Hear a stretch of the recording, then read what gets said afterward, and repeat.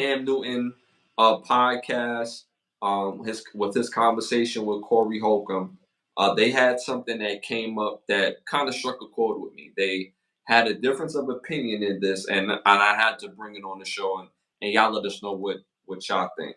So Cam Newton, who's a former NFL player, future Hall of Famer, um, had a conversation with comedian Corey Holcomb, and Cam Newton said that Kim Kardashian is a more cultural influence than T.I., the rapper T.I. What is your stance on that, bro? What do you think about that? I think that certain people shouldn't even just make statements like that. That just is insane to me. To compare Ti and Kim Kardashian and saying that she has more cultural clout is just insane. Like her initial claim to fame is a damn sex tape before social media even came out. You know what I'm saying? So it's like, how is that compared to platinum winning Grammy singing artist who talks about the life, actually live the life and the struggle. So you feel the pain in the music, you feel the sincerity, and you feel the realness in the songs that he wrote.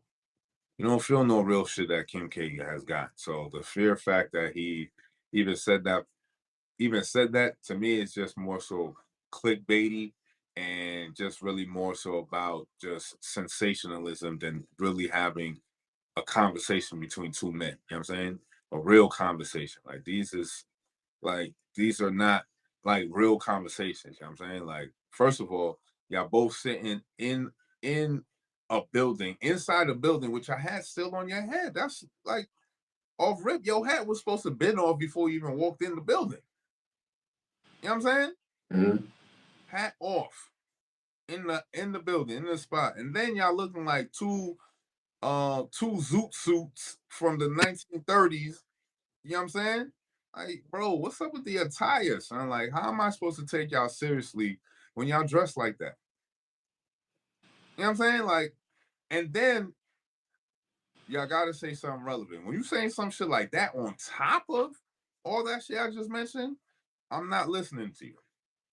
It's in going in one ear and out the other.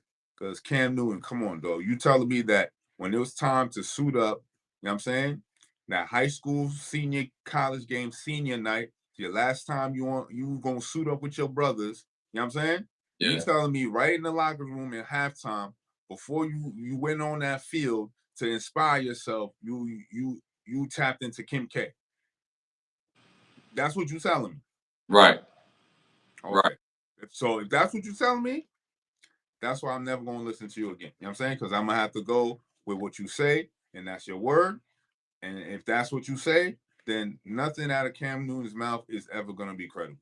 Mm-hmm. Like, because he's saying that, well, Cam Newton said that she's more relevant. Corey Holcomb said she can never be more relevant than T.I.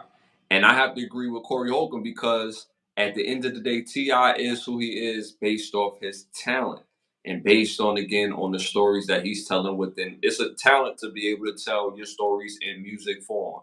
And for people, and especially at T.I. Town, people were still buying albums at that time. So for him to sell over 1 million albums lets you know the type of impact that he's had throughout the culture, not just in his state where he's from, but worldwide. He's a hip hop icon. So there's no way you could even compare Kim Kardashian to T.I.'s influence. There's no way. Cam Newton's reasoning is because we live in a time where a lot of women are getting basically the Kim Kardashian carbon copy body shape, body type, you know. But what what he failed to realize is that throughout history, each era had that one woman of beauty standard that the rest of the world was trying to do. We just live in a day and age where doctors could play Etch a Sketch Kings. And for people that don't know Etch a Sketch, I probably tell them my age a little bit, but I don't care. Um, is basically making a body and for it to become true. We live in a state and time now where the technology lends itself where if people want to look like this one thing right here, they can make you look very close to that, as close as possible. And yes, there is an archetype for women in the industry that wants to look a certain way, but that's not for everyday women. That's not the normal beauty standard. Each decade had a woman that was that chick, or each era had that chick where all women was like, yo, I want to look like her or try my best to look like her. Look at how even before we start talking about Kim Kardashian, she's not even the beauty standard in the culture. So how can we say that because of her, she's the beauty standard of all women? When you ask the culture is not going to say when women think they cute, they don't say, "Oh, you trying to be Kim Kardashian." They don't say that. So she can't never be the beauty standard just by that premise alone. When a woman try to do her thing, what they say, "Oh, you trying to be Beyonce?" Oh, da da da da. The point that I'm making is that there's no way that just off that beauty standard, and the beauty standard is not even natural. No disrespect, I'm just calling a spade a spade. The beauty standard is not even natural. So there's no way that her influence is higher than T.I. There's no way. So based on his explanation, it sounds crazy. So that's what I think about that all in itself. You know, there's no way Ti has not only influenced the music game, but the generation outside of the music game.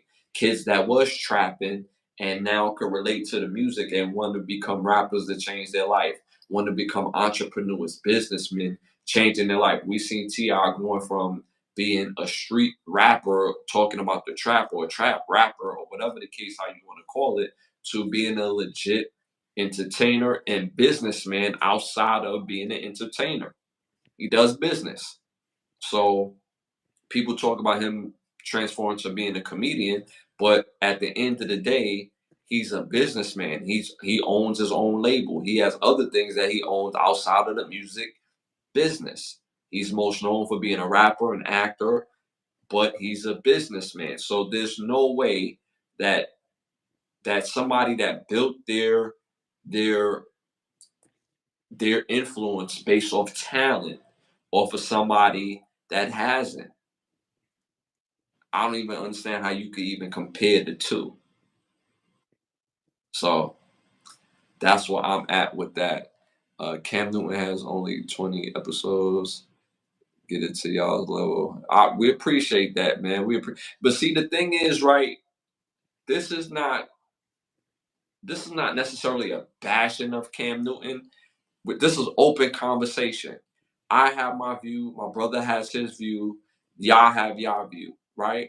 But when you say things like this, everything that you say after that won't be as credible when it comes to things outside of sports.